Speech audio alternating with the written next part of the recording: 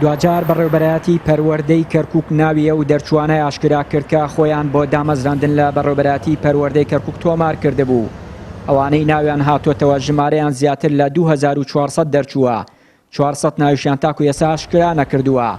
بەڵام بەهۆی ناشەفافی و نەبوونی خاڵبەندی لە ناوەکاندا دانانی بەشێکی زۆر لەو لیستە بۆ نەتەوەی عەرەب، کورد و تورکمان ناڕازین و هەڕەشەی هەڵوێ سوەرگرتن دەکەن.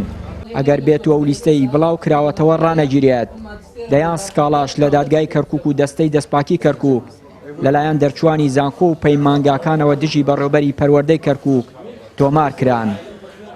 دڵنیای هەر وەکو چاوەڕانی ژەکرا بە هەمان شێوە دیارەوەی کە ڕوویداوە ساختەکاریی گەورەیە، کەس نازانێت لەسەر چ بنەما و چه ئەساسێک ئەو لە دامەزرانە دابەش کراوە. دێهێ لە حەویجە ڕەنگە 25 ماڵ بێ 19 کەسی تیادا دامەزراوە، لە ماڵێکە 2 کەسی تێدا هاتوتەوە، هەمووشی سڕف زۆرینەی ئەو ناوچانە عەرەبن. لە منتخە کوردەکە لە ناو ڕاستی شار بە تایبەتی کەسی کوردی هەر زۆر کەمە، ئەگە بڵێم نییە ڕەنگە درۆ نەبێت. لە کۆی 2400 پلەی وەزیفی 1570یان بەر عەرەب کەوتووە و 500 بەر کورد کەوتووە و زیاتر لە 400یش بۆ تورکمان دیاری کراوە و 15 پلەی وەزیفیش بۆ کلد و ئاشووری دیاری کراوە. بەڕێوەبەری بەشی خوێندنی کوردی لە پەروەردەی کەرکووک ئاشکرای دەکات. بەڕێوەبەری گشتی پەروەردەی کەرکووک ناحەقی زۆری لە لیستی ناوەکاندا کردووە.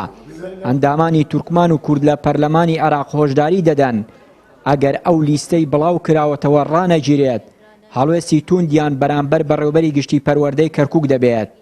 ئەو دامەزرانان و ئەو ناوانە سەر لەبەری ڕەتەکەینەوە وەڵێمە لە سەرەتاوە بەوانمان ڕاگەیان کەوتمانە بە لیژنەیەکی متەکافە لە بین هەموو نەتەوەکان دروست بکرێ و دوو پرۆژەماندایە مدیر عامل لە سەرەتاوە، یان ئەوە تا بەپێی نسبەی سوکانی دانیشتوانی شاری کەرکووک و تەعیناتەکان بەشکا بەسەرمانە، یان ئەوە تا بەپێی ژمارەی قوتابخانەکان و ژمارەی قوتابی.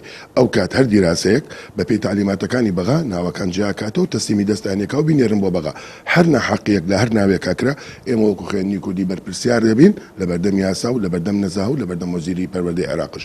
بەڵام ئەو ڕازی نەبوو، وتی هەموو خەڵکی کەرکووک بە یەک پاکێز تەقدیمەکەن و ئەو لیژنەیە کە ناوەکان کاتەوە ئەمری وزاری پەروەردەی عێراقیانەیە و ئێمە کەس ناخێننا ئەو لیژنەیەوە.